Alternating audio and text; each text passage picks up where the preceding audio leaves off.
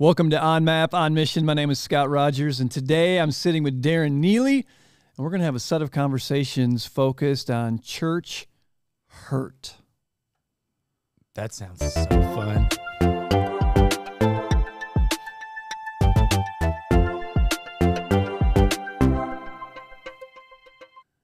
So, Daren, we're just going to go after this. We're taking a little bit of a risk in these conversations, and someone else might join us along the way. Not today in this episode, but you're a pastor, I'm a pastor, and this topic of church hurt, it's a big one, and it's not a fun one, but I think it's an important conversation to have, and some people listening or watching may be surprised that here we are, two pastors who maybe we've said some things before or done some things unintentionally that hurt someone. But in addition to that, we've been hurt as a part of being, part of the church. And so let's just talk about it. Let's be honest about this. When we throw that out there, like just this idea of, hey, we're going to talk about church hurt, what's the first thing that comes to your mind? I was just thinking, man, Scott, thanks for choosing me for such a fun topic. The reason I asked you, you had the right of refusal, but you're right. Yeah, it's just because you have one is you're gifted to what you say resonates with the heart of a lot of people, mine included. But you've been through a journey as well that's been sometimes rough, sometimes amazing, and it's come with challenge, like all of us. And you're honest about it. You're not afraid to talk about it. So I thought, who else would be great, even better than to be in this conversation than you. So yeah, man. Here you are. No, it's an honor. In fact, when you sent me the request, I was like, absolutely. I feel like I have something to add here. Yeah, right. I feel like I may know just a little about this topic. Yeah. So yeah, when I hear you, when I got to text, obviously I just 10,000 different things really rolling through my head, on both sides of it. On the receiving end, and then also on the giving, like the doing of the hurt. Doesn't that feel weird? Yeah, like just to sit here and say that we may have done things or done things that have hurt someone in the church. That's horrible to sit here and think about, but it's humans hurt humans, and here we go. That's it, man. That stuff, it's part of relationships, right? I don't know anyone that's married for longer than, say, about 7 hours that can't say that they've done or said things that hurt their spouse. Right. Right. I mean, it's intentionally or not intentionally, it's right? part of relationships. And when it comes to church hurt, there's some legitimate stuff out there. I mean, almost every day I scroll through my news feed on my phone, there's something crazy has happened in some church somewhere. Just read a story yesterday. A pastor of a large church was asked to resign just because of his controlling, hurtful words and actions. And it's just crazy common. Yeah, it is. And you think about the spectrum of church hurt. I mean, it can go from, and again, not to downplay someone's experience, but it can go from something that's painful, unnecessary. Maybe it was a statement, or it was and being overlooked, or something that just hurt and jabbed at me and stuck with me, and it kind of festers. But then you get the whole other side of the spectrum where there's legitimate abuse of power, spiritual abuse, emotional abuse. And I think, Daren, for you and for me to sit here and talk about this, we got to realize we're just going to own up to the fact that we're not clinical psychologists. We're not licensed professionals in the psyche world. Yeah. So what we may say about church hurt and how we even define it is limited to our experience in our our perspective on that. So I'm sure there's more professional academic stuff with this, but let's just share a little bit of our thoughts on it in our experience. So when it comes to church hurt,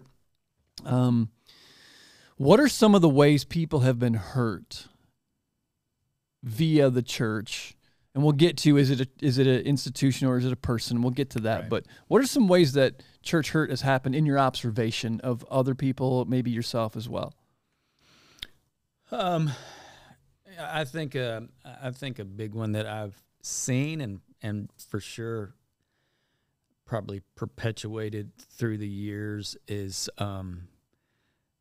just overworking volunteers.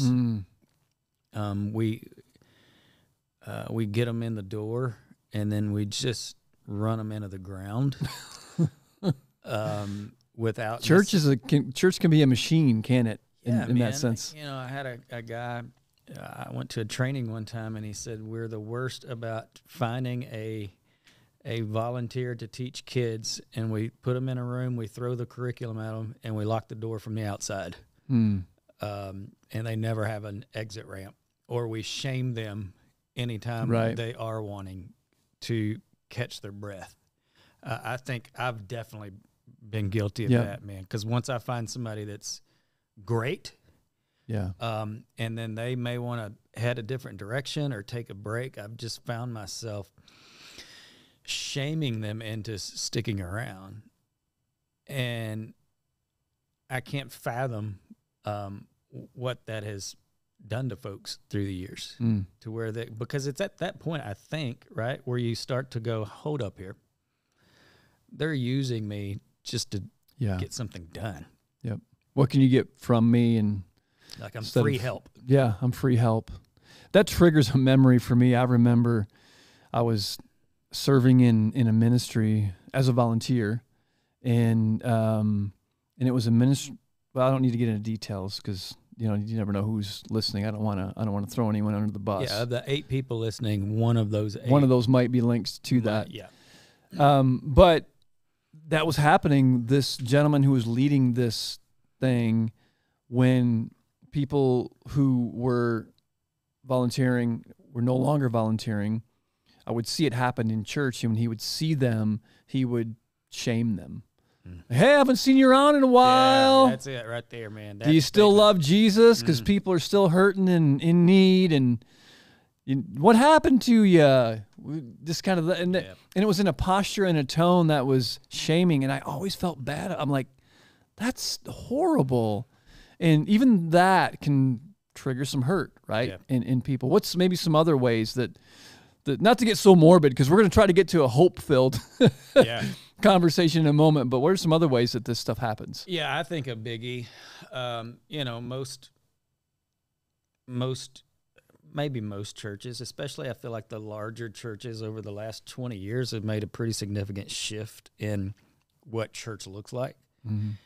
And there's countless people that have just been left behind in that process. Anytime you hear a pastor stand up from a stage and say, this is the way we're going, if you don't like it, there's the door. I mean, these people have been a part of sometimes these churches for 20, 30 years. Their kids have grown up there. Their grandkids are growing up there. And then we just say, there's the door if you don't like it. Just so much disrespect and a lack of honor for the people that have been here a while. Now, look, the steps may be necessary. I mean, we've made some huge, hard changes at the Met over the years, and we've always felt like these were necessary steps. But boy, just saying, hey, there's the door if you don't like it, is just such a disrespectful. And if you tell me there's the door, guess I'm going to the door. Yeah, right. Like I'm out, and I'm not leaving in a great spot.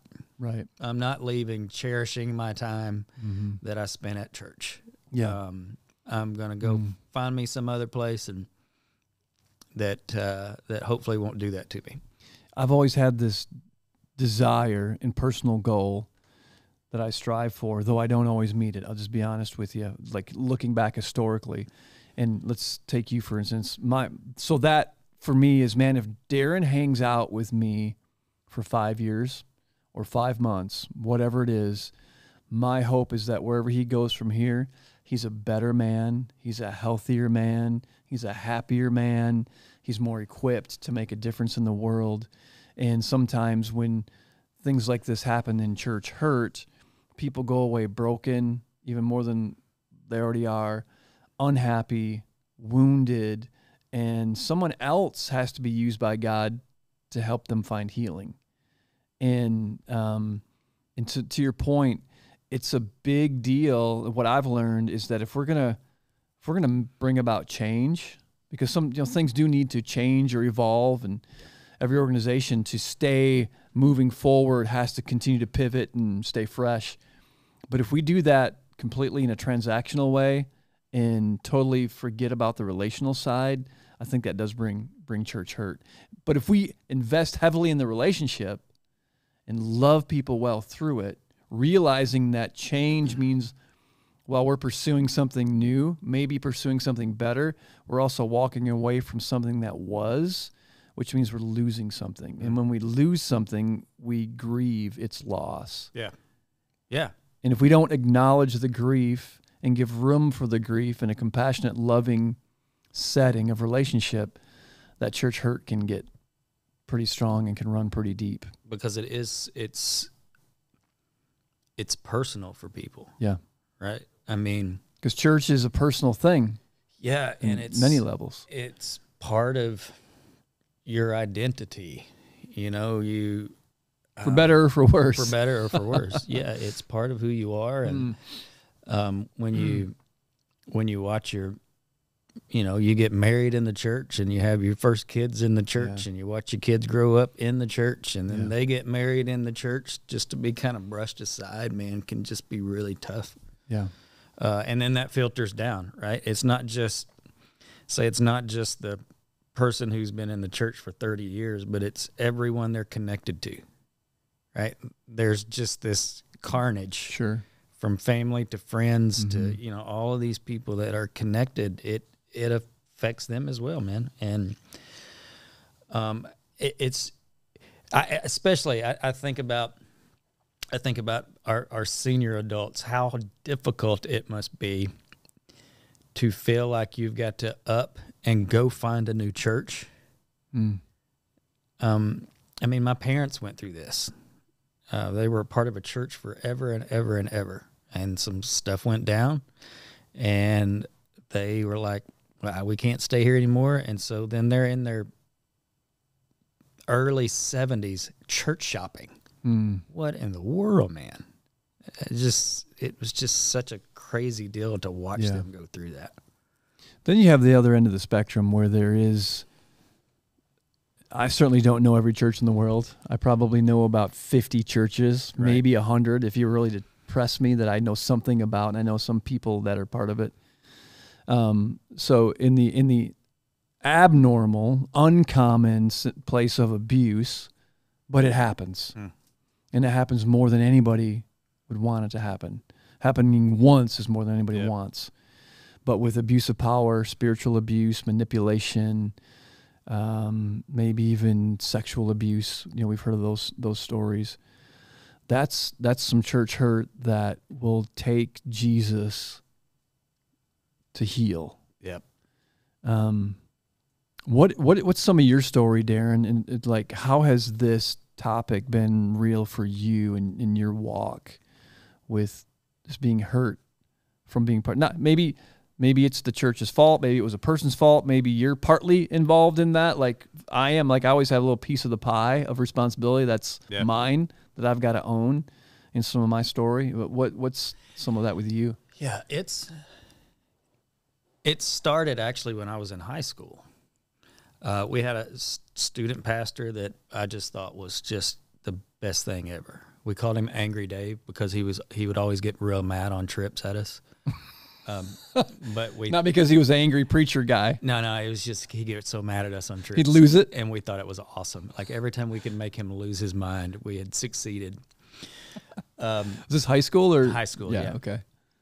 But my junior year, he was pretty much just run out of the church. And I can remember the night that they announced it. It was a Sunday night service. and my dad refused to go into the church that night. He was so upset about the situation. Just a handful of people in the church didn't like what he was doing, didn't like how he was doing it, and they pretty much voted him off the island, which is kind of how they did it back then. You know, everything was congregation ruled. So, so that was my first time to see any sort of real, like, hold up, this doesn't feel right. But then it didn't take me very long once I started working in churches to go, oh, this is a thing. Even the very first church I worked at while I was in college was the most dysfunctionally ran place ever.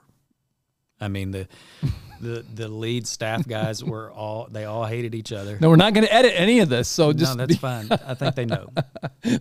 They're one of the 8. Yeah, watching. Yeah, but it was just ran really poorly. It was really dysfunction. It was dysfunctional at the top. Yeah, and everyone was plotting against each other. Everyone was trying to take each other down. And I'm like 19 years old. Yeah. And I'm so excited that God's called me to ministry. And then I'm jumping in and I'm going, what? And where am So can I insert something? Yeah. So not to give an excuse for a poorly run church, but here's what often happens in my experience.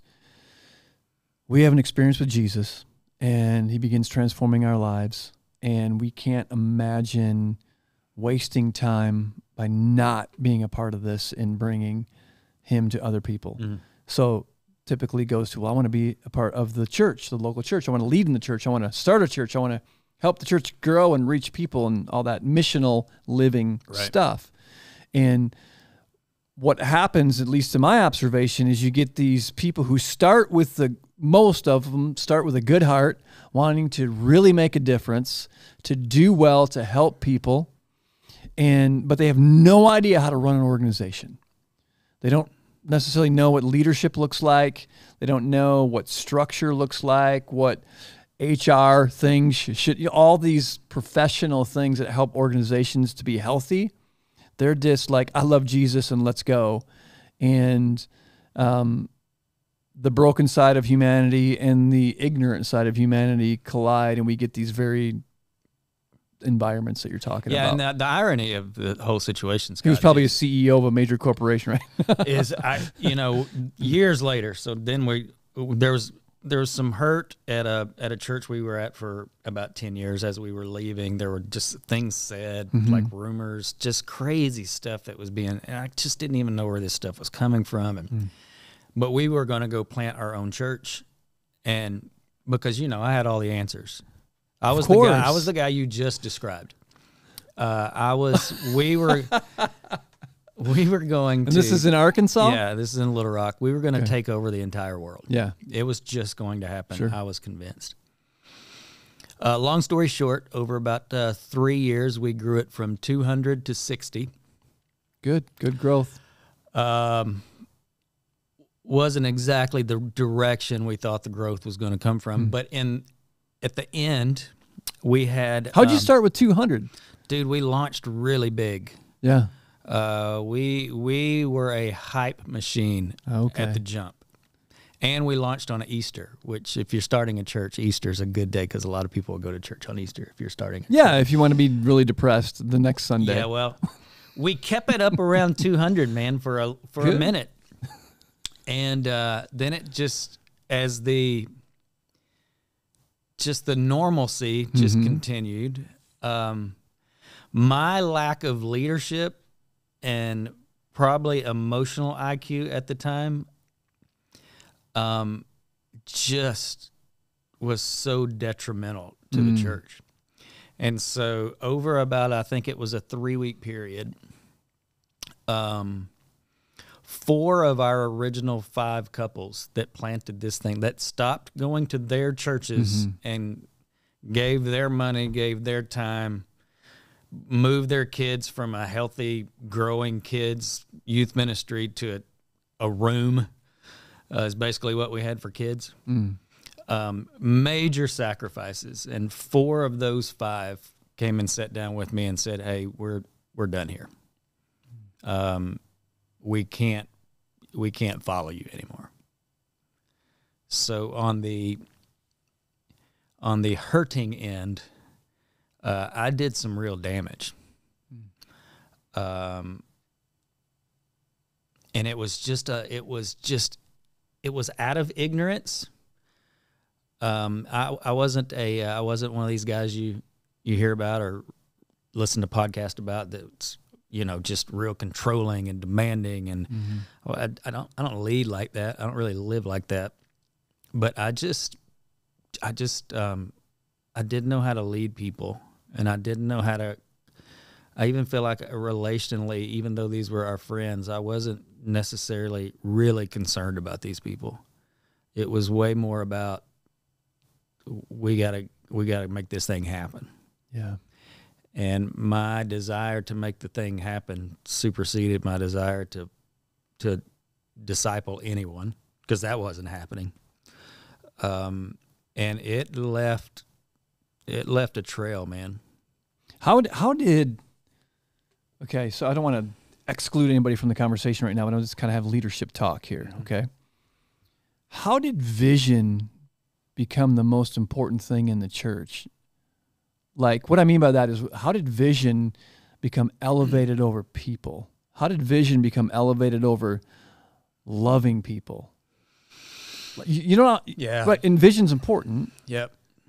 But for me, man, I can just tell you straight up.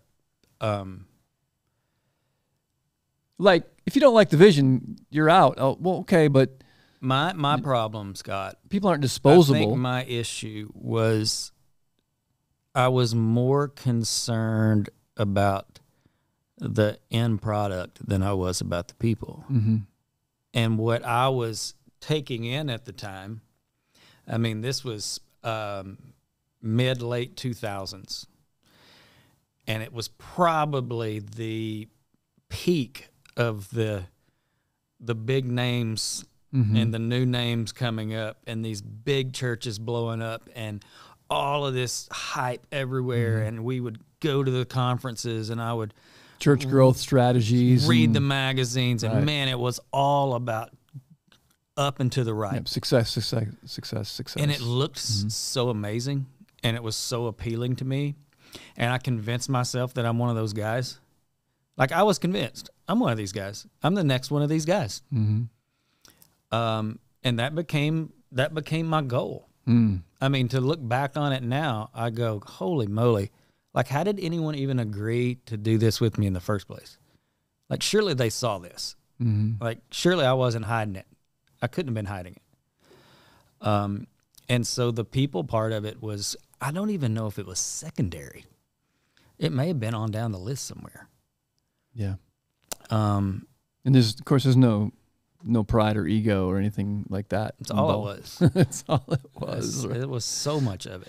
So let's do this for the few minutes we have, because the next episode, we're going to focus on how does anyone who's listening or watching, how do we walk through church hurt toward healing and avoid running from it and remaining forever bitter and wounded? So hopefully high application in our next conversation. But now looking back and knowing what you know and experiencing what you've experienced, and be honest about this, okay? This is not a commercial, but the culture that God has led our leadership to here at this church, how is it different and imperfect, but how is it different and how important is that to you now? Yeah, I'm the perfect person to ask this question to, because I was on staff for 6 years here, and then I wasn't for 5, and now I'm back on a temporary basis. But I'm back. I mean, I'm in the offices. I'm around, and just in that stretch where I was out doing the Lord's work elsewhere, it's almost unrecognizable.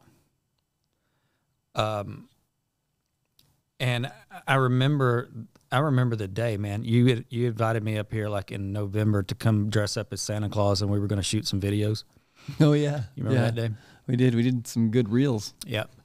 And I remember I was at a job. I was working in corporate America, still doing ministry, but in a corporate setting, and I wasn't very happy with it. I didn't understand anything they said. I'll be real honest with you. They just used a lot of big words and abbreviations that I didn't understand. But I remember walking up the stairs, and I came up into the offices in the kitchen area, and I looked down through the offices, and I had this overwhelming desire to be back. And that's the first time I had felt that in almost 6 years. Wow. Overwhelming desire to be back. And the desire stemmed from how healthy that the staff culture was. Because I think the thing here is the staff actually likes each other and they're pulling for each other. There's no us and thems. There's no us versus them. It's a we thing. And there's been so many intentional relationships built over the last several years that's allowed that to happen. And that's what I felt like I really needed after a season of being out of that. And I do think it's I think it's unique, man. I do think when we talk about relational discipleship around here, we talk about the importance of relationships. It is modeled from the top. It is modeled in the offices. I mean, the fun we are able to have around here is because of that. It's because we feel safe. It's because we feel heard. It's because we feel cared for. Because there's a lot of if you interviewed every staff member up here, we've all got hurt stories, and most of us have hurt staff stories. Yeah, church hurt stories. And so the not that there's always potential for it, right? Because we're broken. Sure. It's always it can always happen. Could happen tomorrow. What takes a lot of energy and time to build can be torn down pretty fast, right? So I don't think anyone around here is naive to think, hey, we got it all figured out. Sure. Nothing's ever going to be hard around here anymore. It's just all going to be amazing. That's certainly not the situation, but it is also a place where even in the hard, even in the difficult, you're not going to be left alone. You're not going to be isolated. You're going to be cared for. Because the relationships are what matters more than anything, more than my job, more than what I produce, more than what I bring to the table. I do feel it's about me as a person, first and foremost. Yeah. And if you start there, man, you take out a lot of the room for error. You really do. That's really encouraging to hear. Thanks for sharing that. Yeah. I share the sentiment. It's a wonderful thing. And the reason I ask that is because I expected you to say something very positive and encouraging. And I just wanted to let those out there who are listening who have experienced church hurt know that there is a better way. There is a better place.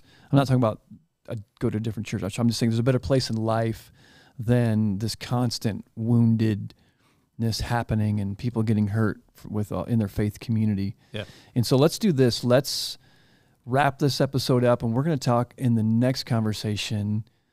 After we're just going to stop record, and we're going to record another one, and we're going to talk about how do you walk through it? How do you walk through that hurt? Like I just said, how do you pursue healing, and what are some of the important elements of finding healing from church hurt? And we're going to share that with you guys in the next episode. Thanks for joining us.